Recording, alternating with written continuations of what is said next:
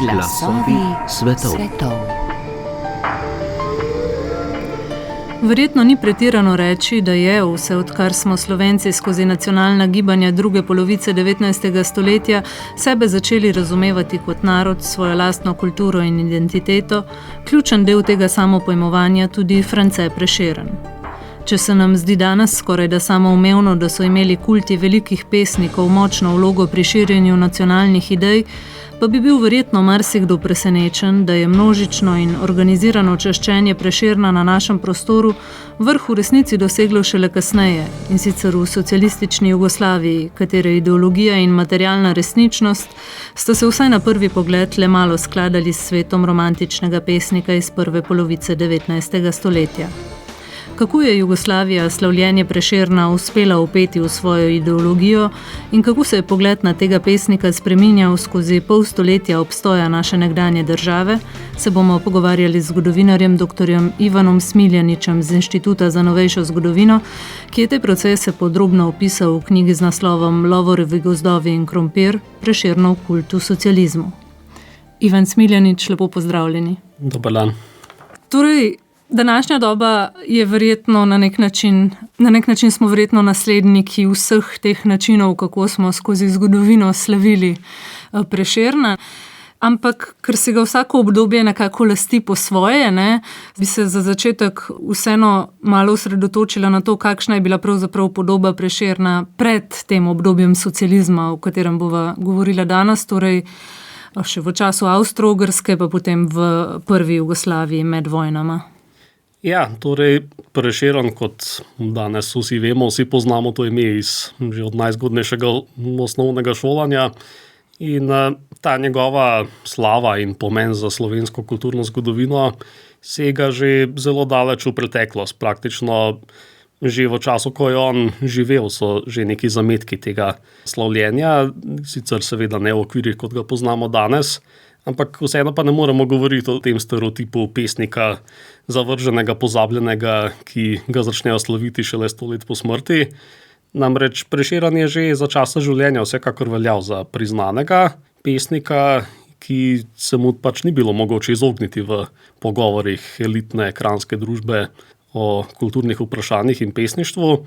Je pa seveda res, da ni pa še dosegel tega statusa, kot ga danes poznamo.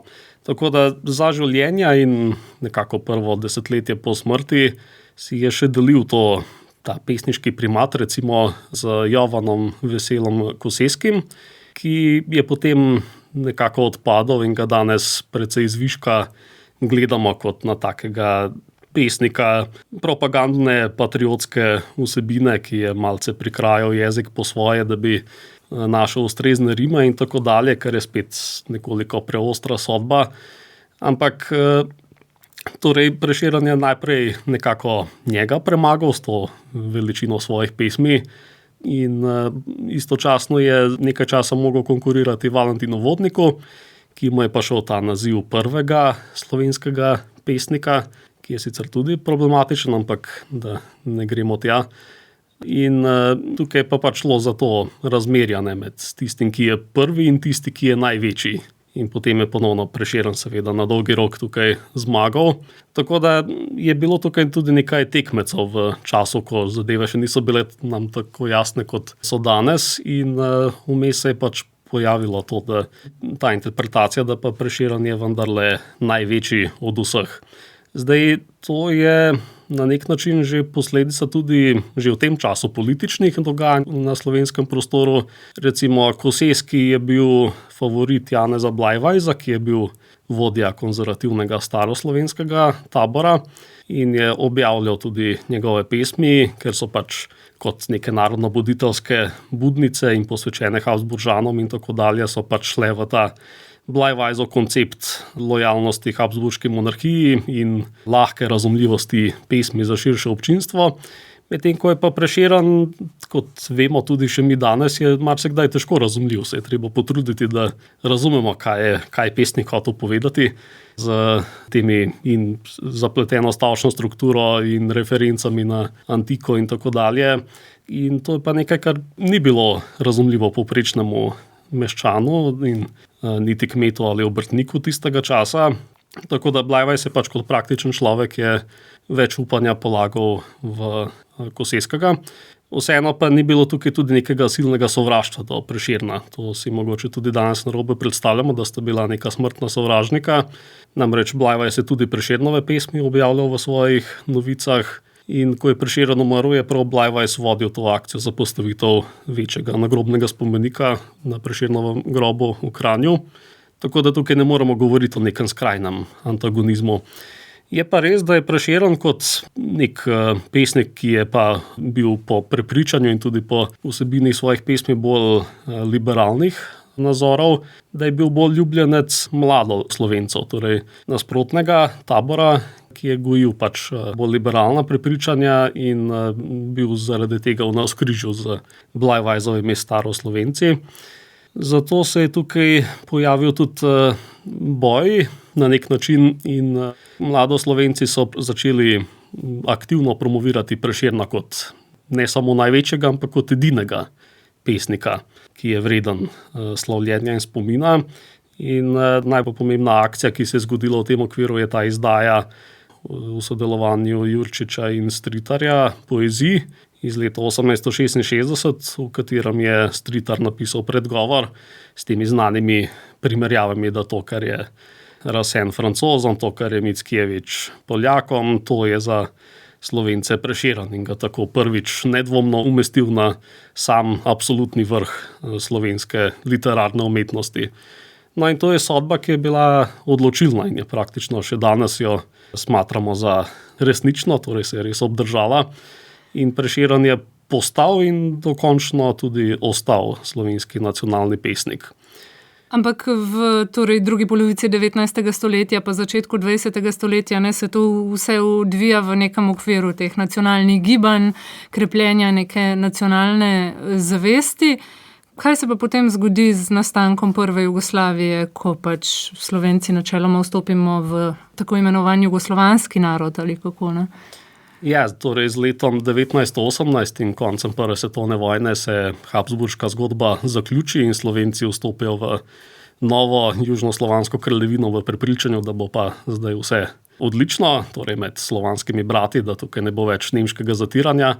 In seveda zgodba se ne izteče ravno po pričakovanjih, se pojavijo nove problemi, nove napetosti, politične, nacionalne, ekonomske in tudi kulturne. In Prešeren se v tem okviru najprej znajde v nekem takem skromnem poskusu strani oblasti, strani takratne kraljeve družine Karađorđevićev, kot eden od predhodnikov te jugoslovanske ideje. Torej, v tem času je bilo zelo popularno iskati po arhivih in dokumentih kakršnekoli reference iz preteklih desetletij in tudi stoletij, da je nekdo zagovarjal takšno ali drugačno povezovanje južnih Slovanov, še davno preden je Jugoslavija kot političen pojem nastala. In tudi pri Prešernu naj bi našli nekaj takih verzov in trditev. In potem je bil pač uporabljen že v tem okviru. So ga omenjali skupaj še s Miklošičem pa Kopitarjem in še nekaterimi drugimi kot enega od domnevnih duhovnih vodij jugoslovanstva med Slovenci. Tudi regent Aleksander, bodoči kralj Aleksander je, ko je bil leta 1920 na obisku v Ljubljani, je pred Prešernov spomenik položil venec. Tako da tukaj že obstaja en prvi tak poskus, da si ena državna oblast prisvoji spomin na Prešerna in njegovo misel, ampak je vseeno bilo tole tako skromno razvito, da ne moremo govoriti, da je bilo zdaj to nekaj permanentnega. Je pa istočasno in še posebej potem konec 20. let in v 30. se je pa pojavilo predvsem močnejše prisvajanje Prešerna na levici, torej predvsem med komunisti. Takrat že imamo te prve spise in knjige Edvarda Kardelja in Borisa Kidriča, ki pa že začneta slikati to binarno podobo slovenske preteklosti in jo v bistvu razdelita na dobro stran in na slabo stran. Tako da posamezni ljudje in procesi, ki so jih sprožili, so bili nekaj pozitivnega, ker so prispevali k razvoju Slovencev kot naroda. Na drugi strani so pa recimo zlikovci bili pa tisti, ki so to skušali zavirati. No in tukaj se tudi pojavi Prešeren na čelu te pozitivne strani, recimo, ki je s tem svojim svobodoljubjem in borbenostjo, odporom proti konzervativni avstrijski oblasti delovala na nek način kot osvobodilno, bi lahko rekli že v tem času. Na drugi strani so pa vsi tisti, ki so hoteli to zatirati, torej na čelu z Bleiweissom, pa tudi cenzor Kopitar se je tukaj znašel in še mnogi drugi. Tako da ustvari se neka taka preprosta črno-bela podoba slovenske zgodovine, kjer pa Prešeren pristane oziroma je uvrščen na pravo stran zgodovine. In to je pravzaprav že podlaga, na kateri se pa vzpostavi ta medvojna podoba Prešerna znotraj Osvobodilne fronte. Ja, to so zametki te ideje. To pojavi se v teh prvih spisih, tako da je že na začetku druge svetovne vojne v tem komunističnem taboru Prešeren že zakoreninjen kot taka zelo svetla figura in figura, ki lahko navdihuje tudi v težkih vojnih časih. In kakšne razsežnosti to doseže med vojno, ker se mi zdi, da si pravzaprav ne predstavljamo, kako pomemben lik je bil Prešeren takrat. Ja, tudi med drugo svetovno vojno je Prešeren spet navdihoval tako rekoč vse vpletene strani. Na eni strani lahko opazujemo tudi med nemškimi in italijanskimi okupatorji poskuse referenc na njegovo veličino. Torej pri Italijanih najdemo ta sklicevanja, da se je zgledoval po Petrarki, da je pisal sonete, tudi prekrstili so ga v nekaterih časopisnih člankih v Francesca Prešerna. Pri Nemcih se pač poudarja to, da je del opusa napisal v nemščini, da je njegova hčerka Ernestina Jelovšek znala samo nemško in v nemščini napisala svoje spomine in tako dalje. In tudi so bili poskusi, da se prikaže kot nemški pesnik, tudi ta Gauleiter, torej vodja nacističnega okrožja, je obiskal njegovo rojstno hišo med vojno in se vpisal v spominsko knjigo. Tako da to so bili vsi neki poskusi okupatorjev, da v smislu, da je Prešeren najbolj zacvetel, ko je prevzemal misli in ideje in koncepte od bodisi Italijanov, bodisi od Nemcev. Istočasno je pa seveda bil prisoten tudi med samimi Slovenci, ki so se pač borili na različnih straneh v vojni. Sicer na tej protikomunistični, protirevolucionarni strani imamo tudi nekaj sklicevanj na Prešerna, ampak vsekakor je pa najbolj in najpogosteje se pomenjal v partizanskem taboru. Tako da gre tukaj v bistvu za nadaljevanje neke te izjemno svetle podobe iz teh predvojnih spisov. In v času vojne pa Prešeren res zraste tako rekoč v božanstvo. Postane malo da ne mitska figura, torej človek, ki je že stoletje pred izbruhom vojne namigoval na to, da bo prišla neka težka preizkušnja za Slovence, ki jo bojo uspešno prestali in bo sledila nacionalna osvoboditev in tako dalje. Skratka, to je elaborirano v zelo številnih spisih, ki so izhajali med vojno, številnih politikov in kulturnikov, akademikov. Ni bilo omejeno samo na najvišje sloje, tudi mnogi spisi preprostih partizanov so omenjali Prešerna v takem kontekstu. Tako da res postane nek tak prerok, bi lahko rekli, partizanskega gibanja, torej nek videc, ki je že toliko časa nazaj vse to prerokoval in potem so seveda, kot se dogaja pri takih velikih avtorjih, vedno so toliko univerzalni, da se iz njih paradoksalno da izluščiti par koščkov, ki se strinjajo z vsakim našim pogledom, ki ga utegnemo gojiti ta hip. No in to so pač pri Prešernu pridno vsi izrabljali in iz njega iskali pač tiste verze, tisto pesem, ki naj bi podprla stališča te ali one politične skupine.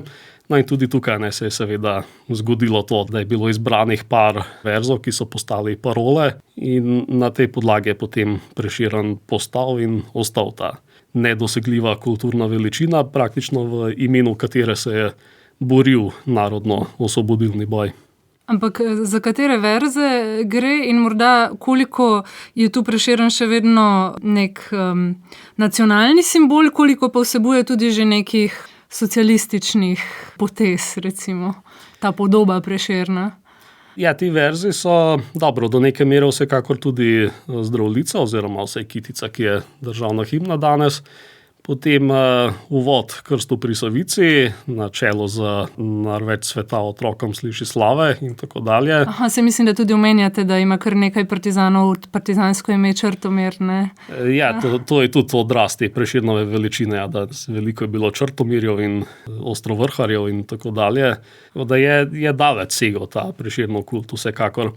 In ja, se vsekakor v tem času po mojem že lahko zaslutimo to, da se v teh percepcijah tudi Prešeren že preobraža v nekega zgodnjega socialista ali zgodnjega komunista, kar je seveda nekaj, kot bodo današnji prešernoslovci rekli, da to ni ravno najboljši opis, katerim bi lahko interpretirali njegova prepričanja, čeprav so ta kompleksna, ampak je pa bil, kot rečeno, ne, pri vsakem velikem ustvarjalcu se vedno najdejo koščki njihovih del, ki lahko podpirajo takšen ali drugačen nazor, ki ga gojimo mi, in tudi v Prešernu je bilo izbranih teh par fragmentov, tako da se je začela graditi tudi ta podoba Prešerna kot nekega trdega in jeklenega zgodnjega komunista. To pa se verjetno še ojača po drugi svetovni vojni, ko v Osvobodilni fronti, ne glede na vse, obstajajo različne skupine z nekoliko različnimi pogledi, ne. Potem se pa res začne vzpostavljati nova država z novim režimom. Kako pravzaprav ta podoba Prešerna nadaljuje svoje življenje, ne?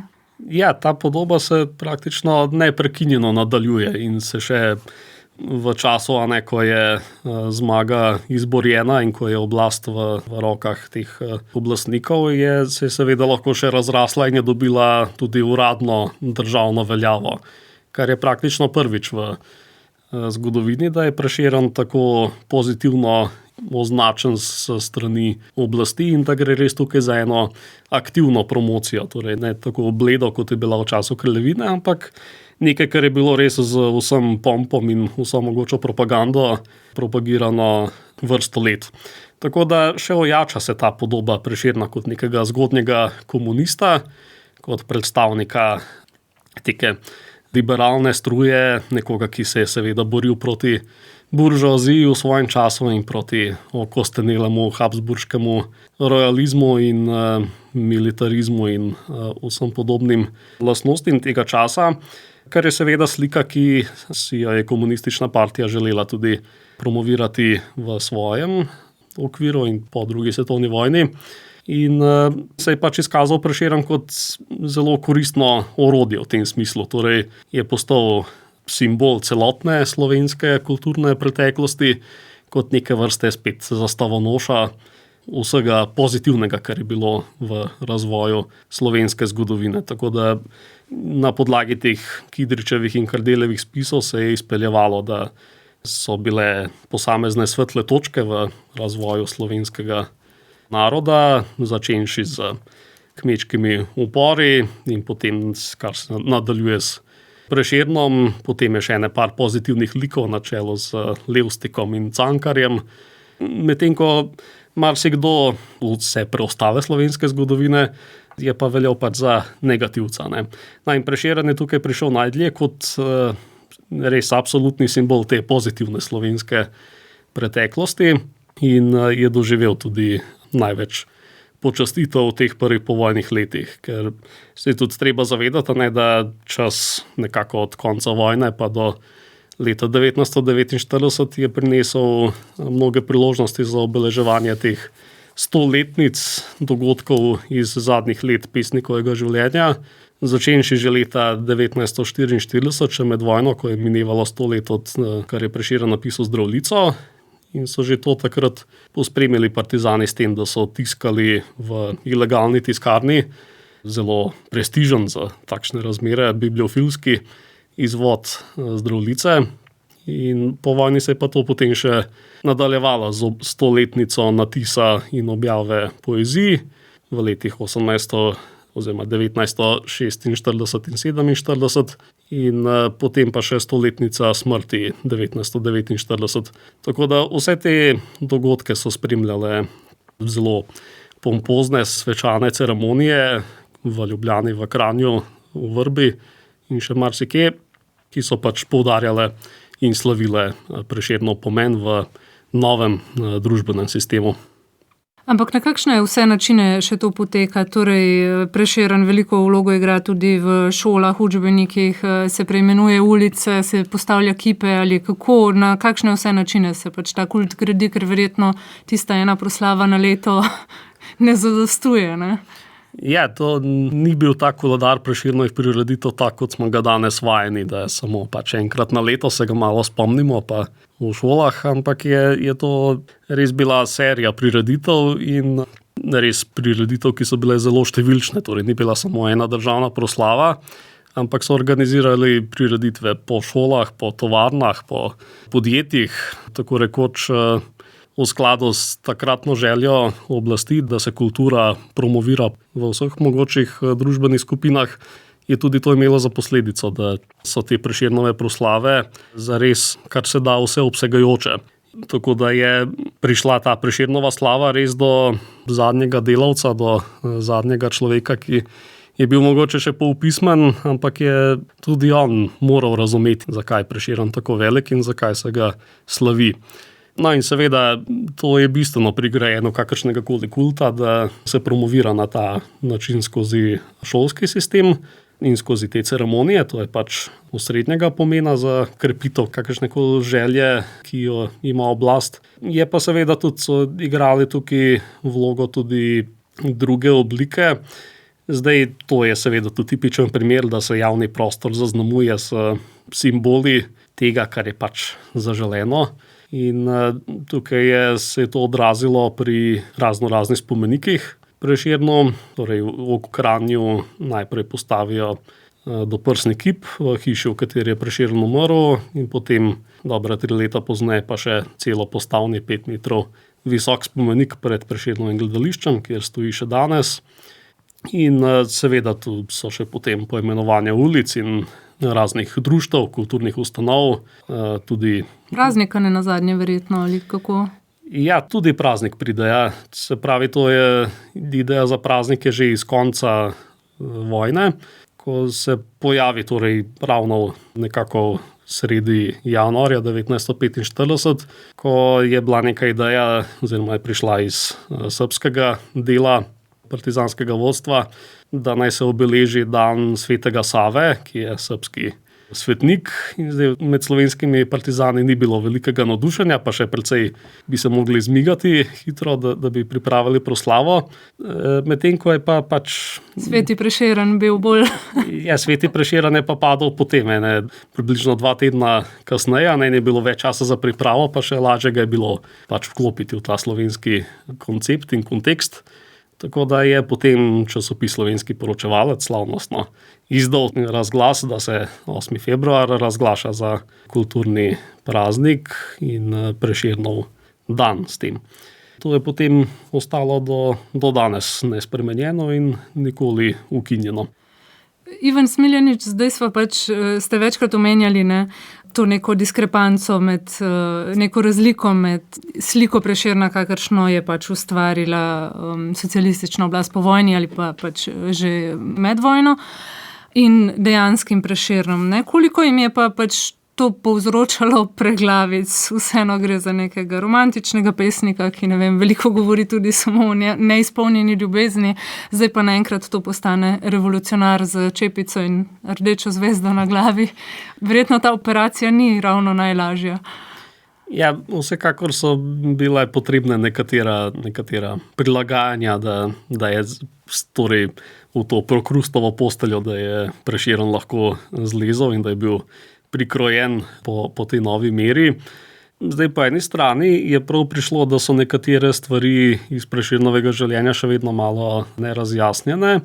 V prvi vrsti govorim tukaj o portretu njegovem. To, kot vemo, to je postala slovenska nacionalna travma, da nimamo njegovega portreta, in istočasno slovenski nacionalni šport, da iščemo ta portret, ker vemo, ko se na vsakih par let pojavi kakšen nov portret, da je potem to kar medijski dogodek, a ne, in povzroči veliko zanimanja in sprejemanja in odklanjanja v strokovni in laični javnosti. No, v tem primeru pa je bilo v bistvu to dobrodošlo, ker je bila lahko Prešernova vizualna podoba zgrajena povsem po željah komunistične oblasti. In v bistvu res, če primerjamo te portrete, ki so jih delali pa tudi isti slikari in kiparji pred letom 1945 in po njem, lahko opazimo to razliko, ker na starejših portretih je Prešeren tak, kot si ga danes ponavadi predstavljamo, torej otožen, bolehen, zazrt vase, zamišljen, telesno krhek ali na tak ali drugačen način, recimo temu pod narekovaj podoba tipičnega pesnika. Medtem ko če gledamo pa te socialistične Prešerne, recimo po drugi svetovni vojni, je pa to ponavadi tak krepak, odprt, že malce nasmejan pesnik, ki koraka s ponosnim korakom v boljšo prihodnost. Torej že malce leninovski in partizanski na trenutke. Tudi ta spomenik v Kranju je eden od komentatorjev iz tega časa opisal kot terenca Prešerna. In to tudi ni bilo zgrešeno. Torej, ta podoba Prešerna kot partizana je segla tudi na vizualno področje in Prešeren je res postal nekaj drugega, kot je bil prej. In zdaj, glede na to, da portreta nimamo, ne moremo zares oponirati temu, da je ta podoba povsem izkrivljena, ampak lahko pa opazimo, da je to en drug Prešeren kot pa pred drugo svetovno vojno.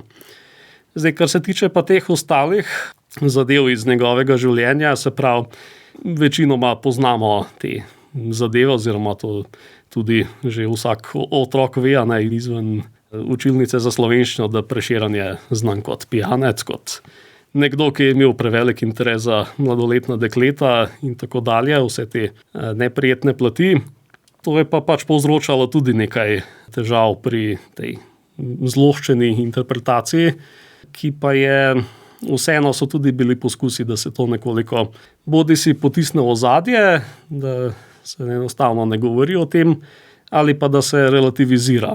In tukaj je lahko beremo spise doktorja Franceta Kidriča, akademika, vodje Akademije znanosti in umetnosti v tem času in znanega slavista, sicer tudi oče Borisa Kidriča, ki je se s Prešernom ukvarjal izredno natančno v biografskem aspektu in je eksaktno dokumentiral, kje točno je živel in vse zveze in prijatelje in ženske, ki jih je imel in tako dalje v silne podrobnosti. Seveda je tudi dokumentiral vse gostilne, po katerih je hodil Prešeren, ampak je vseeno poskusil pa dokazati, da pijanec pa vendarle ni bil, da to je pa zlobno natovcevanje in da tega mu pa ne smemo naprtiti. Ampak kako da so pa pravzaprav izbrali Prešerna? Je bil Prešeren pač takrat že tako ustoličen tudi med ljudmi, da na nek način ni bilo izbire? Mislim, ker vseeno bi lahko izbrali kakšnega, ne vem, partizanskega pesnika, pa ga skušali postaviti na ta piedestal. Kako da se to pravzaprav ni zgodilo? Po moje je v prvi vrsti to posledica tega, da je Prešeren že imel neko tako kontinuiteto slavljenja in da je bil do takrat vsekakor že nesporni pesniški prvak med Slovenci in s tem največja avtoriteta, ne, in je bolj prestižno, če se sklicuješ na neko najvišjo avtoriteto, kot pa na nekoga, ki je šele nedavno umrl, pa tudi če je bil partizan. Istočasno je pa treba vedeti, da se je podobno dogajalo tudi po drugih socialističnih državah. V Sovjetski zvezi je bil Puškin na tem mestu in potem se je podobno dogajalo tudi v drugih teh sovjetskih satelitskih državah, da so se sklicevali predvsem na pesnike 19. stoletja ali včasih še nekoliko prej. Torej, zdaj se večkrat omenili tudi Kidriča, recimo, pa Kardelja, ne? Kdo pa pravzaprav je tisti, ki snuje ta mit? Je to nekaj, kar se dogaja predvsem v politiki, ali pa če to širše pravzaprav celotna stroka tudi sodeluje pri tem in je nek konsens glede tega, ali ima kdo kakšne dvome? Pa načeloma so tisti, ki krojijo to Prešernovo podobo, je precej zamejena skupina ljudi. Torej, ti spisi Kidriča in Kardelja so bistvenega pomena, potem še spisi Kidriča starejšega z tega biografskega vidika, ki daje še neko strokovno legitimnost tej interpretaciji, pač politični. Potem je tukaj še Anton Slodnjak, ki je tudi nekako kot Kidričev, torej naslednik Franceta Kidriča, ki je prav tako pisal razne predgovore k poezijam in tudi na ta način krepil to podobo partizanskega Prešerna. In potem pa še tudi recimo Boris Ziherl se je precej s Prešernom ukvarjal. Je tudi napisal en zapis, za katerega je potem seveda dobil Prešernovo nagrado, v katerem je tudi na ta z marksističnega vidika orisal Prešernovo življenje in delo in ga ponovno predstavil kot neko pozitivno silo v gibanju slovenske zgodovine. In na podlagi praktično vseh njih, vseh spisov teh ljudi se je potem oblikovala ta podoba in seveda medsebojno se niso zelo razlikovale, ta mnenja in ocene in trditve, ki so se pojavljale v teh spisih, tako da se jih da nekako združiti pod enovito podobo Prešerna z stališča marksizma. In ta podoba se je potem reproducirala v knjigah, v učbenikih, nagovorih, pri ceremonijah in tako dalje in se je pač širila nekaj let, precej intenzivno po Sloveniji. Mislim, zabaven mi je bil en podatek, ki ga omenjate, da so celo nekako utemeljevali, ne spomnim se kako točno, da je jugoslovanska ustava pravzaprav zdaj postala nekako utelešenje nekih Prešernovih sanj ali nekaj podobnega. To mislim, da je France Kidrič tudi napisal, da pač res Prešerna kot ultimativna referenca za vse. Torej, če bi se on strinjal z nečim, je potem stvar dobra in je očitno jugoslovanska ustava tako dobra, da bi jo Prešeren požignil, tako da je perfektna in da ji ni kaj za dodajati. Koliko pa, torej zdaj sva govorila v kontekstu seveda predvsem Slovenije in verjetno se je to odvijalo predvsem na področju Slovenije, ali je šel ta kult širše oziroma kako je bilo nasplošno v Jugoslaviji s tem? Prej ste omenjali Sovjetsko zvezo in Puškina, ne Sovjetske zveze in kupice nacionalnih pesnikov iz vsake od delov Sovjetske zveze. Kako je bilo pravzaprav s tem v Jugoslaviji? V Sovjetski zvezi so se še pred drugo svetovno vojno odločili, da je Puškin edini nacionalni pesnik. Torej nisi delil tega mesta z raznimi Ševčenki in Rustaveli in drugimi nacionalnimi pesniki sovjetskih republik, ampak je bil Puškin tukaj eden in edini, torej na vrhu te piramide. Pa Puškina je bilo verjetno še težje pretvoriti v protosocialista kot Prešerna. Puškin je bil tudi svoj izziv na svoje načine, ampak je nekako ta množičnost te proslave, torej 100 let smrti, 1937 je izvenela, ki je bila tako vseobsegajoča od Moskovske univerze do zadnjega kolhoza, da se je nekako pozabilo na vse te druge aspekte Puškinovega življenja in dela, ki so bili pa seveda v kričečem nasprotju s prepričanji Sovjetske zveze. Je pa tudi ta moment, da večina avtorjev sklepa, da se je Sovjetska zveza tako močno oklenila Puškina, zato da se ga ne bi mogli emigranti. Torej, če bi začeli emigranti glasno poudarjati ob 100-letnici smrti, da je Puškin njihov, bi potem to nekaj kredibilnosti vzelo sami Sovjetski zvezi. In kot rečeno, sklicevanje na največje kulturne avtoritete je bilo nekaj dobrodošlega, zaželenega in tako je bilo treba na hitro Puškina narediti za najvišjega sovjetskega pesnika in je potem to tudi ostal, ne glede na to, da s svojim življenjem in delom ni izkazoval ravno nekih silnih usporednic in verjetno ne bi bil ravno navdušen nad sovjetskim sistemom v tem času. In Jugoslavija je skratka sledila temu pristopu in tudi ne moremo govoriti o tem, da bi si recimo 6 republik enakovredno delilo 6 največjih pesnikov, ampak je tudi tukaj bil izbran en sam, torej največji in to je bil ne Prešeren, ampak Njegoš. In Njegoš je, kot vemo, črnogorski vladika, intelektualec, avtor epa Gorski venec, je bil na nek način precej posrečena izbira, ker ni bil ne Hrvat, ne Srb, torej glavni napetosti v državi so se torej izognili. Sicer vsekakor je imel tukaj on vezi s tem srbskim kulturnim bazenom in tudi še danes do neke mere velja tudi za največjega srbskega pesnika, ampak vseeno, če pomislimo na Njegoša, primarno pomislimo na Črnogoro in je kot mogoče najuspešnejši romantični pesnik iz južnoslovanskega prostora je nekako postal tudi najbolj cenjen in najvišje pozicioniran glede na vse ostale pesnike.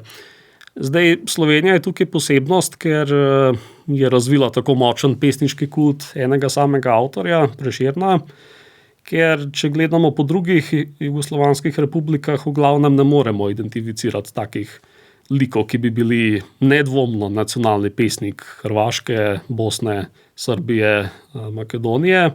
Tako da recimo, sicer je take stvari zelo težko kvantificirati, ampak mogoče v tem obče jugoslovanskem merilu je bil potem Prešeren drugi za Njegošem. Ampak vsekakor je pa Njegošu pripadalo to prvo mesto in ponovno se je bilo treba nekako izogniti tem neprijetnim elementom, ker ne nazadnje Gorski venec odgovori o tem, kako Črnogorci preganjajo in pobijajo te, ki so prešli torej v islamsko vero, kar je ponovno v jugoslovanskem kontekstu precej nerodna zadeva, tako da se je to spet na razne načine minimaliziralo ali interpretiralo, da je pač to bilo omiljeno.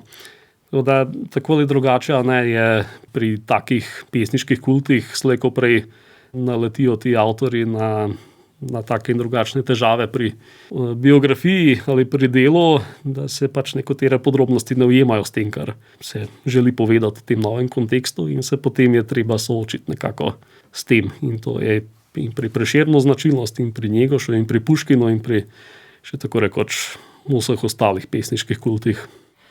Kako pa se skozi čas potem ta torej trdno vzpostavljen kult Prešerna v socializmu spreminja? Vseeno, ne vem, leta 1948 imamo spor s Sovjetsko zvezo, Jugoslavija se sčasoma tudi na kulturnem področju začne nekoliko liberalizirati, no pa imamo potem pač vzpone pa padce tega, ampak ja, ali ta stvar vztraja skozi čas, ali se sčasoma začne spreminjati in tudi koliko lahko sploh pravzaprav ta naboj ohranja, no, ker verjetno je težko dnevno slaviti intenzivno eno in isto stvar, ne. Ja, seveda, vsaka taka stvar se sčasoma izpoje in tudi ta partizanski Prešeren se je izpel. In v bistvu ni trajalo tako dolgo, da je prišlo do tega.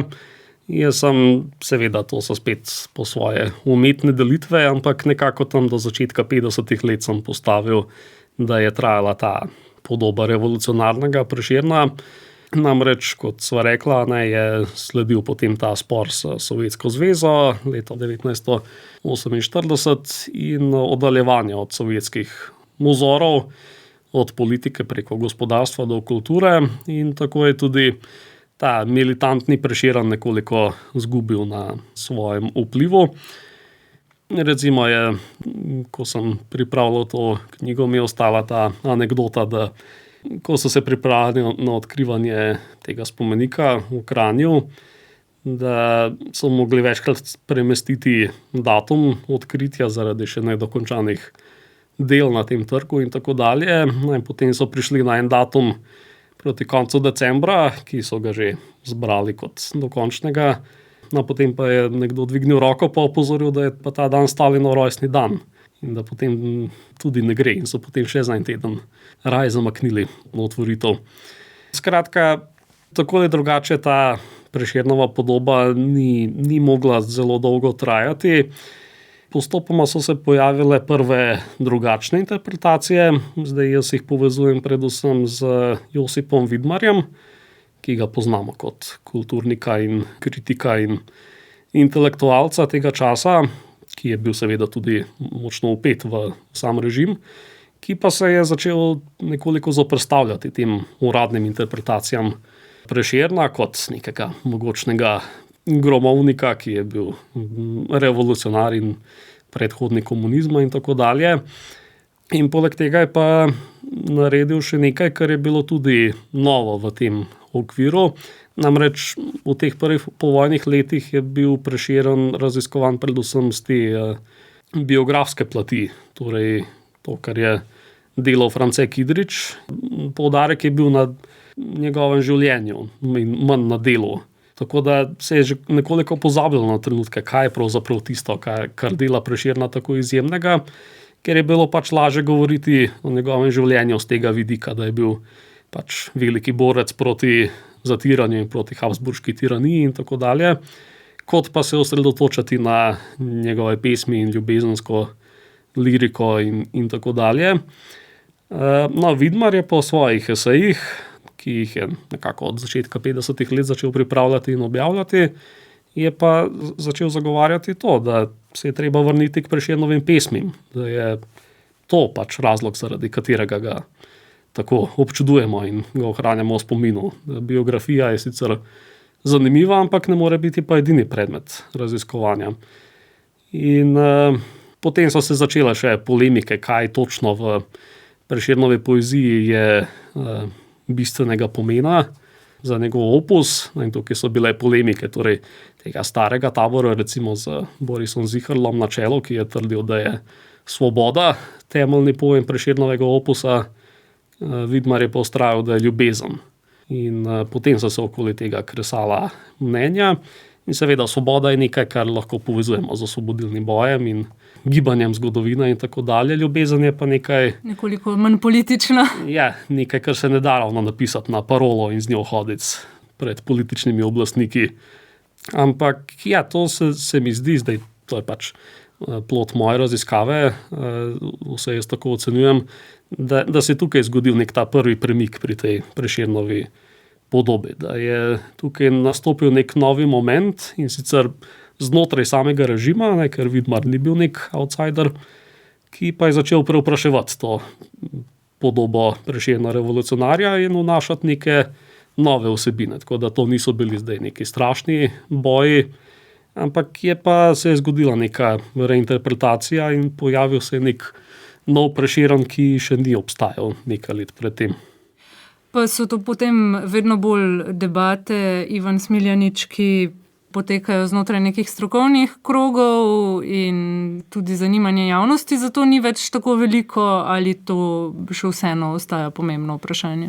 Ja, predvsem so to debate med intelektualci. To so marsikdaj tudi javnost ni dobro sledila, kaj se tukaj zdaj pravzaprav dogaja. To se mi zdi, te razprave so bile omejene na strani raznih umetniških časopisov in dnevnega časopisja, ampak do določene mere bi lahko gotovo govorili tudi o tem, da se je to začelo odražati pri javnosti, ampak verjetno pa lahko tudi rečemo, da ne kompliciramo preveč, da javnost se ni toliko ukvarjala s tem. Za javnost je nekako podobno, kot poznamo danes, bilo najbolj to pomembno, da pade 8. februar na soboto ali nedeljo ali pa na delovnik. Tako da neke finese o tem, kakšna je točno Prešernova podoba, to mislim, da niso ravno potekale globoke debate o tem v širši javnosti. Kdaj se pa potem Prešeren vseeno, oziroma ali se Prešeren potem na neki točki pa vseeno začne pojavljati spet bolj v tej vlogi, recimo močnejše, prav nacionalno, slovensko, morda tudi že v 80-ih, ko je kriza gospodarska in politična v Jugoslaviji, torej dolžniška kriza pa po smrti Tita, ali se začne pojavljati spet bolj torej v vlogi morda celo, ne vem, kot nek simbol želje po osamosvojitvi Slovenije, ali pravzaprav do konca Jugoslavije ohranja v osnovi vseeno to neko osnovno sliko, ki so jo vzpostavili po vojni? Ja, mislim, ta slika povojna se je v bistvu razrahljala, kot rečeno, že hitro in potem nekako od 50. do 80. let se pojavil vse več glasov, ki Prešerna interpretirajo na zelo med seboj različne načine in ostajamo seveda predvsem bolj v kulturnih, intelektualnih in političnih krogih s temi interpretacijami, ampak se pojavlja vsekakor veliko različnih verzij Prešerna. Tako da ta partizanska verzija odmre v bistvu precej zgodaj, če smo pošteni, in Prešeren postane neka taka kulturna veličina, ki jo sicer vsi spoštujejo, ampak nekoliko taka pojav, ki se pač ponovi vsako leto in opravimo svojo dolžnost, ampak ravno da bi zdaj vsako leto pobožno prebirali poezije in v njih iskali nove globoke pomene, to se strastno debatirali. Ja, to je pa omejeno na akademske kroge predvsem. Tako da lahko spremljamo neko evolucijo Prešerna skozi socializem in kako je to eno glasje iz prvih povojnih let potem postalo več glasje in se je pojavilo veliko novih Prešernov v veliko novih interpretacijah, tudi v literaturi, v dramskih tekstih, v novih pesmih, v vizualni umetnosti. Nastanejo glasbeni posnetki, nastanejo razne parodije, tako da se v bistvu zelo veliko zgodi v teh desetletjih po koncu druge svetovne vojne in ta stroga podoba partizanskega Prešerna je že nekako do sredine 50. let pozabljena. Je pa seveda tudi v 80. pa dobi še neke dodatne nove pomene, glede na to, da je to čas, ko se začne odpirati ta do takrat neprijetna, tudi prepovedana vprašanja o polpretekli zgodovini, o povojnih pobojih, o preganjanju po drugi svetovni vojni političnih nasprotnikov, pa je tudi tu angažiran Prešeren. Potem pa zdaj en drug vers postane osrednji motiv, namreč Slovenec že mori Slovenca brata. In to postane moto teh razprav o tako dogajanju med drugo svetovno vojno, kot tudi o pobojih po njej. In ja, vsekakor bi lahko trdili, da postane ta okvir, v katerem se govori o Prešernu, bolj nacionalen. Torej, do takrat se ga je še nekako omenjalo kot tudi jugoslovanskega pesnika, ampak dlje kot pridemo v 80. leta, bolj je ta jugoslovanska podoba Prešerna šibka in ostaja samo še slovenski pesnik. Torej, nekdo, ki nagovarja predvsem Slovence in ki lahko služi samo predvsem Slovencem za razna vprašanja in za iskanje potencialnih odgovorov na vprašanja, ki jih imajo. Tako da pojavljajo se sicer še neki poskusi, da se Prešeren interpretira na ta jugoslovanski način, ampak vsekakor pa gre predvsem v to smer nacionalizacije. Tako da verjetno je ta proces bil zaključen takrat, ko je bila izbrana kitica Zdravljice za slovensko državno himno. Torej, tako kot so že pred vojno pripravili Prešerna za vojne in povojne čase, smo ga tudi že pred osamosvojitvijo pripravili za samostojno Slovenijo. Ja, tako rekoč, ja, proces je že imel svoje korenine, kar je, kot vemo, v zgodovini vedno ima nek proces svojo predzgodbo. Tako da ja, v 80-ih se je krepila ta nacionalna podoba Prešerna, ki je potem samo še prestala brez večjih pretresov samo dejanje osamosvojitve in zaživela naprej v novem okviru, ampak v svojem bistvu nepoškodovana Prešernova podoba. In kako bi rekli, če sva govorila, da vsaka doba vtisne nek svoj pečat Prešernu, kakšnega Prešerna imamo pa danes? Pa danes je praktično kakršnega koli si želimo, je vse na razpolago. Ne najpodoba Prešerna, o kateri se učijo šolarji, druga je ta podoba, ko želimo izpasti pametni, pa se sklicujemo na to, da je rad pil in o vseh njegovih nesrečnih zvezah. Lahko ga slavimo kot nepresežnega genija, praktično vse, karkoli si želimo. Vse to je lahko Prešeren in kar je na nek način tudi, se mi zdi, lastnost vseh kulturnih ikon, da se lahko pojavljajo v nemogočih kontekstih, ampak še vedno pritegujejo pozornost in ohranjajo to svojo veličino. In mogoče ta najvidnejša podoba Prešerna, ki je pa ni bilo pred osamosvojitvijo, je pa to poblagovljanje, torej da kupujemo lahko Prešernove kroglice in Prešernov liker in bog ve kaj še vse Prešernovega. In je v bistvu spet ta stari motiv sklicevanja na neko ultimativno avtoriteto, ki naj bi dala potem tudi temu izdelku neko avtoriteto. In seveda Prešeren nima s temi izdelki nikakršne zveze, ampak je pa enostavno ime, ki ga prepoznamo, tako da je v bistvu tako rekoč prepoznavanje blagovne znamke, bi že lahko rekli. In na ta način, tudi na ta način Prešeren živi naprej. Pa morda čisto za konec, Ivan Smiljanić, kakšen odnos pa pravzaprav sploh imeti do tega? Ne? Po eni strani lahko zdaj, ko sva pogledala pač to zgodovino, rečemo, joj, kako so tega pesnika pač vedno znova zlorabljali, ne? Po drugi strani je pa to na nek način tudi kompliment, ne?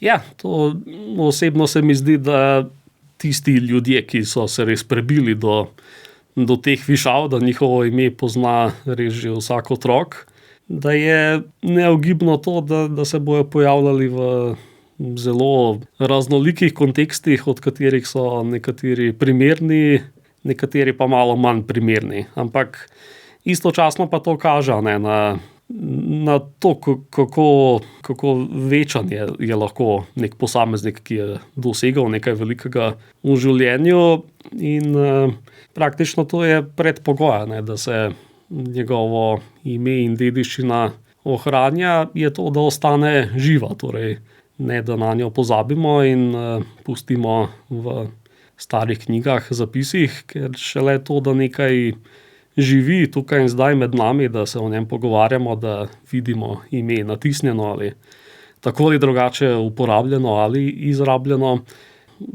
to dela nekoga živega. Ne. To pomeni, da je še vedno prisoten in Prešeren je evidentno še vedno živ na ta način, še vedno ga vsi poznamo in se sklicujemo nanj v raznih kontekstih in zaradi tega je še vedno med nami in še vedno na nek način živ. In verjetno, če kdaj dobimo kakšen drug sistem, ga bodo ponovno prikrojili po svoje, ne? Vsekakor dosedanje tendence kažejo na to. Ja. Ivan Smiljanić, najlepša hvala. Hvala lepa. Glasovi svetov. O Prešernovem kultu v socializmu smo govorili z zgodovinarjem dr. Ivanom Smiljanićem. Za zvok je skrbela Nina Kač, oddajo sem pripravila Alja Zore.